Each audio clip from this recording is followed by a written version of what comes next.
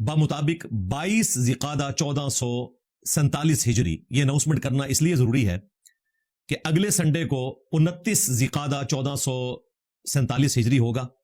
ऐन मुमकिन है कि मंडे वाले दिन यकुम ज़ुल्हिज्जा 1447 हिजरी हो। तो जिन लोगों ने कुर्बानी करनी है उनके लिए स्पेसिफिकली आज अनाउंसमेंट करना ज़रूरी है, क्योंकि उस वक्त अगर हमारी ये वीडियो अपलोड हुई तो आपके पास वो वक्त नहीं रहेगा कि आप इस सुन्नत के ऊपर अमल कर सकें। वो सही मुस्लिम में यह हदीस मौजूद है कि आप सल्लल्लाहु अलैहि वसल्लम ने इरशाद फरमाया कि तुम में से जो शख्स कुर्बानी का इरादा रखता हो तो यकम जुल्हिज्जा का चांद नजर आते ही टिल कुर्बानी होने तक वो ना अपने नाखून काटेगा, ना मूछें पस्त करेगा, ना अपनी खाल से कोई बाल उतारेगा। यानी गैर जरूरी बाल भी साफ नहीं कर सकते। अगर खुदा न खास्ता किसी ने शेव करनी है तो वो शेव भी नहीं कर सकता। और ये कोई ऑब्लिगेटरी नहीं है, सुन्नत है, यानी ये वाजबियत के दर्जे में नहीं है, लेकिन कुर्बानी वालों के लिए सुन्नत है। यकम जुल्हिज्जा से लेकर कुर्बानी होने तक जब वो अपनी कुर्बानी कर लेगा तो फिर वो अपने बाल भी साफ कर सकता है, नाखून भी काट सकता है, मूछें भी पस कर सकता है। अब यकम जुल्हिज्जा 1447 हिजरी ऐन मुमकिन है कि मंडे वाले दिन हो, और अगला हमारा जो पब्लिक सेशन है वो संडे वाले दिन अगर हमने रिकॉर्ड भी करवाया तो अपलोड होते हुए तो मंडे हो जाएगा। लिहाजा ये सुन्नत आज के दिन ही बताना जरूरी है। अब वो लोग जो कि कुर्बानी का इरादा नहीं रखते उनके लिए भी इसमें एक फजीलत छुपी हुई है। इसी कॉन्टेक्स्ट में एक हदीस है सुनन नबी दाऊद के अंदर, सुनन नसाई के अंदर और अल मुस्तदरक लिल हाकिम में भी मौजूद है। इमाम हाकिम ने इस हदीस को सही कहा और इमाम ज़हबी ने मुवाफ़क़त की कि अल्लाह के महबूब सल्लल्लाहु अलैहि वसल्लम ने इरशाद फरमाया, अल्लाह ताला ने मुझे हुक्म दिया है कि मैं 10 ज़ुल्हिज्जा को ईद का दिन डिक्लेयर करूं, कुर्बानी के दिन को। और फिर आप अलैहिस्सलाम ने कुर्बानी की जब तरगीब दिलाई तो एक सहाबी ने अर्ज किया, अल्लाह के महबूब सल्लल्लाहु अलैहि वसल्लम, मेरे पास तो एक दूध देने वाली बकरी है, वो भी मुझे किसी ने गिफ्ट की हुई है, तो क्या मैं उसी को कुर्बान कर लूं? ये सहाबा इकराम अलैहिम रिदवान का जज्बा था कि टोटल उनके पास एसेट एक बकरी है जिससे वो दूध हासिल करते हैं और वो भी अल्लाह की राह में कुर्बान करने के लिए तैयार है। तो अल्लाह के महबूब सल्लल्लाहु अलैहि वसल्लम ने फरमाया कि तुम्हें उस बकरी को कुर्बान करने की जरूरत नहीं है। अलबत्ता जब ईद कुर्बान के दिन बाकी लोग कुर्बानी कर रहे होंगे तुम अपने नाखून काट लेना, गैर जरूरी बाल साफ कर लेना, तो अल्लाह ताला तुम्हें एक मुकम्मल कुर्बानी का सवाब अता फरमा देगा। अल्लाहु अकबर कबीरा वल्हम्दुलिल्लाहि कसीरा व सुब्हानल्लाहि बुकरतन व असीला। और इसमें इंप्लाइड है कि फिर ऐसा शख्स भी यकम जुल्हिज्जा का चांद नजर आने से लेकर कुर्बानी के दिन तक अपने जिस्म से कोई बाल रिमूव नहीं करेगा, नाखून नहीं काटेगा, और फिर जैसे ही 10 जुल्हिज्जा के दिन किसी भी जगह पर कोई एक कुर्बानी हो गई तो वो अपने बाल रिमूव कर ले, नाखून काट ले, तो अल्लाह ताला उसे मुकम्मल कुर्बानी का सवाब दे देंगे। लेकिन मुस्लिम शरीफ की हदीस में तो कुर्बानी करने वाले के लिए तो स्पेसिफिकली ये सुन्नत है।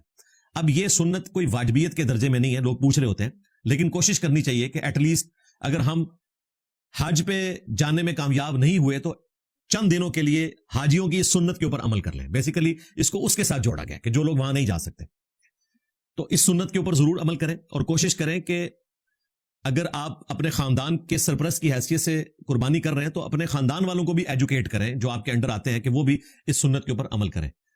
10 जुल्हिज्जा के दिन या 11 जुल्हिज्जा या 12 जुल्हिज्जा को जब भी आपकी कुर्बानी हो तो उसके बाद फिर आप अपने बाल भी रिमूव कर सकते हैं और अपने नाखून भी काट सकते हैं। एक और हदीस है सुनन नबी दाऊद के अंदर इसी कॉन्टेक्स्ट में कि नबी अलैहिस्सलाम जब हिजरत करके मदीना शरीफ आए तो अंसारे मदीना साल में 2 दिन ऐसे मनाते थे कि जिसमें वो खेल कूद किया करते थे। तो आप अलैहिस्सलाम ने उनसे इरशाद फरमाया कि अल्लाह तबारक व तआला ने हमें अंसारे मदीना के उन 2 खेल कूद के दिनों के बदले में 2 ईद के दिन अता फरमा दिए हैं। ईद उल फित्र का दिन जो यकम शवाल को मनाई जाती है और दूसरा 10 जुल्हिज्जा के दिन ईद उल अज़हा जो बड़ी ईद का दिन है। ये अल्लाह ताला ने 2 दिन अता फरमा दिए। सही मुस्लिम शरीफ में एक हदीस है जो यहां पर बयान करना जरूरी है कि अल्लाह के महबूब सल्लल्लाहु अलैहि वसल्लम ने नाखून काटने के लिए, गैर जरूरी बाल साफ करने के लिए, जेर नाफ बाल हो या बगलों के बाल, या मूछें पस करने के लिए 40 دن کی حد مقرر فرمائی ہے، یعنی 40 دن میں ایک دفعہ آپ نے یہ ایکٹیویٹی پرفارم کرنی ہے. عوام الناس میں مشہور ہے کہ جی وہ بال اتنے لمبے ہو جائیں تو کاٹنا ضروری ہو جاتے ہیں. 40 دن کی آپ کے پاس ٹالرنس موجود ہے، اور اگر کوئی 40 دن میں نہیں کاٹتا تو کافر نہیں ہو جائے گا، ایک فطرت والا عمل ہے جس سے وہ دور ہو جائے گا. یہ اس درجے میں نہیں آتا کہ لوگ کفر اسلام کا مسئلہ بنا لیں، لیکن ظاہر ایک سنت ہے، اور سنت مؤکدہ ہے، دائمہ ہے، اور نبی اسلام کی روٹین میں ہے. فطرت ہے سب سے بڑھ کر. اللہ تعالیٰ نے اس فطرت کے اوپر انسان کو پیدا فرمایا ہے. صحیح مسلم میں حدیث ہے کہ 10 چیزیں فطرت سے ہیں. ان میں مسواک کرنا، ناک میں پانی ڈالنا، استنجا کرنا، داڑیاں بڑھانا، مونچھیں پست کرنا، ناخن کاٹنا، بغلوں کے بال کاٹنا یا اکھیڑنا یا صاف کرنا، یہ ساری چیزیں درست ہیں. خواہ کریم کے ذریعے ہو، ریزر کے ذریعے ہو، یہ بھی لوگ پوچھ رہے ہوتے ہیں. اسی طریقے سے ختنہ کروانا بھی نبی الاسلام نے ذکر کیا. ختنے کے حوالے سے بخاری مسلم میں کئی احادیث موجود ہیں کہ یہ فطرت پہ ہے چیز، ختنے کروانا.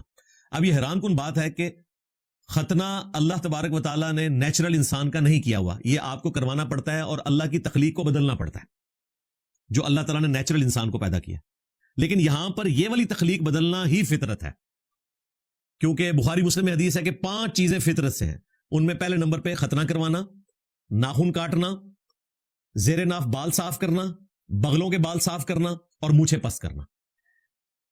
یہاں پر ختنہ کرنا فطرت ہے، لیکن دوسری طرف دیکھا جائے تو یہ ختنہ نہ ہوا ہونا، اللہ تعالیٰ نے نیچرلی انسان کو ایسا پیدا کیا، لیکن اس کو تبدیل کرنا پرماننٹلی وہ اس لیے ضروری ہے کہ آپ نے صفائی کا اہتمام کرنا ہے.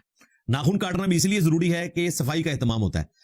بغلوں کے بال، زیر ناف بال، یہ وہ جگہ ہیں جہاں پر پسینہ جمع ہوتا ہے، اور بال ساتھ ہوں گے تو بدبو پیدا ہوگی، بیماریاں ہوں گی. یہ صاف کرنے والا جو معاملہ ہے، طہارت والا، اس کو سپورٹیو وہ حدیث بھی ہے صحیح مسلم کی کہ صفائی نصف ایمان ہے. یعنی آپ دیکھیں مسلمان اور صفائی لازم و ملزوم ہے، یہ ساتھ ساتھ چلتی ہیں چیزیں. لہٰذا وہ جو قرآن میں حکم آیا وَلَآمُرَنَّهُمْ فَلَيُغَيِّرُنَّ خَلْقَ اللَّهِ، شیطان نے کہا تھا کہ میں مخلوق کو ابھاروں گا کہ وہ تیری بنائی ہوئی تخلیق کو بدلیں گے. تو اس آیت کے کانٹیکسٹ میں داڑیوں کو مونڈنا یہ اللہ کی بنائی ہوئی تخلیق کو بدلنا ہے، کیونکہ مرد کو اللہ نے داڑھی دی ہے، عورت کو نہیں دی. لہٰذا مرد کا داڑھی رکھنا یہ فطرت کے اوپر ہے، اور اس کو بگاڑنا شیطانی عمل ہے. اس لیے ہمارے نزدیک قرآن کی روح سے سورہ النساء کی آیت نمبر 119 کے تحت داڑھی رکھنا ایک مرد کے لیے فرض ہے. کم از کم اتنی داڑھی کہ اس کے چہرے کی کھال چھپ جائے، یعنی جسے عرف عام میں داڑھی کہا جائے. جس طرح ہمارے کرکٹر شاہد افریدی صاحب کی داڑھی ہے، یہ بھی داڑھی ہے. بہتر تو یہ ہے کہ مٹھی ہو، ہم تو مٹھی کے بعد بھی نہیں کاٹتے، لیکن اگر کوئی چھوٹی چھوٹی داڑھی بھی رکھ لیتا ہے تو وہ شیطانی عمل سے دور ہو جاتا ہے. دوسری طرف ختنہ خود سے کروانا، یہاں تو داڑھی بڑھانا سنت ہے نا، وہاں پر ختنہ کروانا سنت ہے، وہ فطرت ہے جو اللہ تعالیٰ نے سورہ الروم میں ارشاد فرمایا فطرت اللہ التی فطر الناس علیہا، اللہ کی فطرت ہے جس پہ اللہ تعالیٰ نے لوگوں کو پیدا کیا. تو یہ اللہ تعالیٰ نے فطرت مقرر کی ہے کہ آپ نے صفائی کا اہتمام کرنا ہے. تو اس سے متعلق جتنی چیزیں تھیں وہ میں نے ضروری سمجھا کہ ساتھ ہی بیان کر دوں تاکہ کسی کو کوئی کنفیوژن باقی نہ رہے. لہٰذا آج تو ہے 10 مئی 2026، تو 17 مئی 2026 سنڈے والے دن عین ممکن ہے کہ ذی قعدہ کا آخری دن ہو، 29، اگر 30 کا مہینہ نہ ہوا تو یکم ذو الحجہ، پھر ظاہر ہے کہ اتوار والے دن مغرب کے ساتھ ہی شروع ہو جائے گی. تو آپ نے اتوار کی مغرب سے پہلے غیر ضروری بال صاف کر لینے ہیں، اپنے ناخن کاٹ لینے ہیں. اور ظاہر ہے کہ اگر سعودیہ میں لوگ تو شاید ایک دن پہلے کرنا پڑے، سعودیہ والے جو ہے وہ ٹارگٹ کر لیں پھر سیٹرڈے والے دن کو. اسی لیے میں نے آج 7 دن پہلے ہی ریکارڈنگ کروا دی ہے تاکہ اس وقت میں ریکارڈنگ کرواؤں تو آپ پھر گلا کریں گے کہ اب تو وقت گزر چکا. ہم اس کو وقتاً فوقتاً اس حوالے سے دیکھتے رہتے ہیں کہ اس ویک میں کوئی ایسا شرعی حکم تو نہیں آ رہا کہ جو بیان کرنا ضروری ہے، اس لیے میں نے اس کو آج الحمدللہ بیان کر دیا.